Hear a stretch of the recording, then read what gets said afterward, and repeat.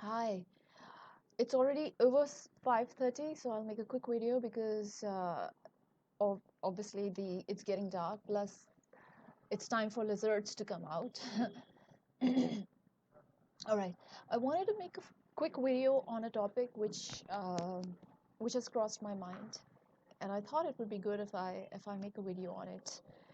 All right, so I have heard about the fact that there is growing popularity of Vedic science, and ever since we were growing up, we were little, we found that people always liked the Vedic way of leading life. It was just 2 3 years back that I started exploring it myself, uh, and it's very recent that I found more things about Ayurveda as well, and I found a see difference between modern science and Ayurveda. And the trigger for finding more about Ayurveda was a skin condition that I had developed. And when I took up allopathy to cure it, it did not yield any result. Each pathy is good in its own right for different things, but then I read text about bodily functions, um, and delved deeper into biology from the modern science perspective and Vedic perspective, that's Ayurvedic perspective, and I found there it's so much more interesting. It's so much more interesting to read Ayurveda. It makes things so crystal clear, uh, and I have always found the moment you find things complex, complicated, and hard to understand, at that moment itself, you snap out of that subject and your mind starts wandering elsewhere. The best thing I found with Ayurveda and other sciences that are connected to Vedic literature is that they're so super engaging. They are written in a very interesting way and very simple way, making things so effortless. So this was for the first time I found why any disease is caused, what are different layers, and which disease would be responsible for which particular ailment. So things got quite clear. I don't know 100% of the things, but I'm at it. All right, so this was one thing that I found lacking in modern science. It has a long way to go when it comes to writing things in an interesting way to keep people engaged. And second problem that I found, yes, it's a problem. A second problem that I found with modern science is that it's kind of self-centric. So let's say there is a galaxy far off. So when they discover it, they name it after themselves. Come on, you did not create that galaxy. You just found out that there it was. And kids are going to scream now. So I'll try to wind up, wrap up as soon as I can. So it's their time to play, actually. So it's not their fault.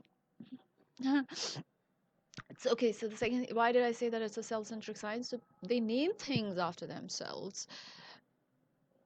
Uh, Physics, chemistry, it's full of that effect, this effect, that person's named after, the effects are named after people, individuals. The effect existed. You found out. Be selfless. Bring it to the world in the most uncomplicated, simple way so that they understand things and they make applications of it based on that particular effect. And when you study Ayurveda, they never named any theory, not Shastra, they never named any effect on themselves because they knew that it existed. This particular effect exists, that particular nakshatra or constellation that exists. We are just there to know, we have just noticed it. So things are pretty clear. Here it seems like predatory. Who runs the fastest and grabs uh, the name, the accolade? So it did not sit well with me. You may or may not agree. Is there anything else? that I wanted to talk about. I wanted to give an example, but it's not crossing my mind yet. So I guess that's. Oh, yes.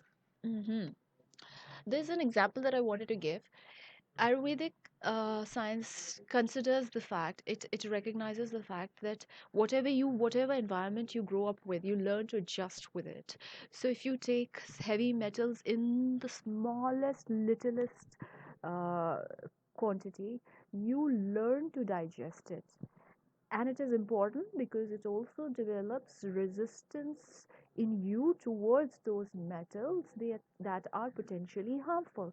And these metals are arsenic, mm, mercury, lead, all these things. So what happened in 2005? Canada banned Chyawanprash, which is an immunity booster. It's full of contents that are great for your health. People in India know about it. When outsiders don't know about it, that's all right. They don't know about it, or whatever be their reason for banning it, their loss.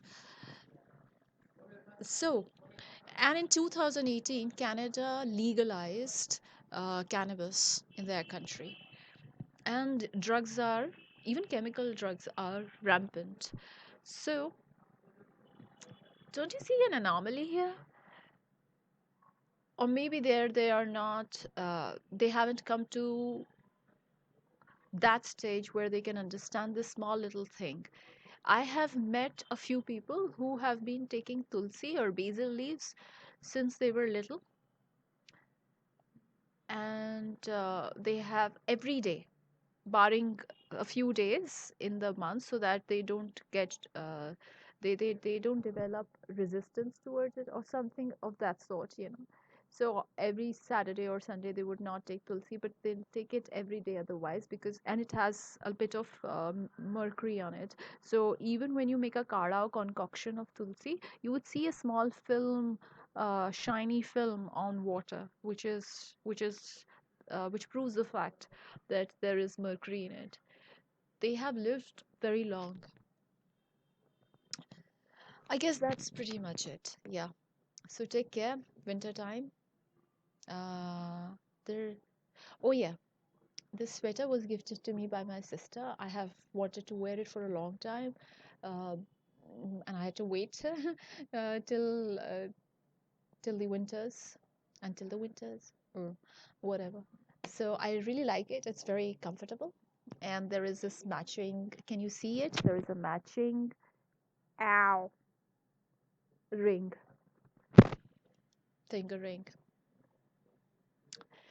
Bye.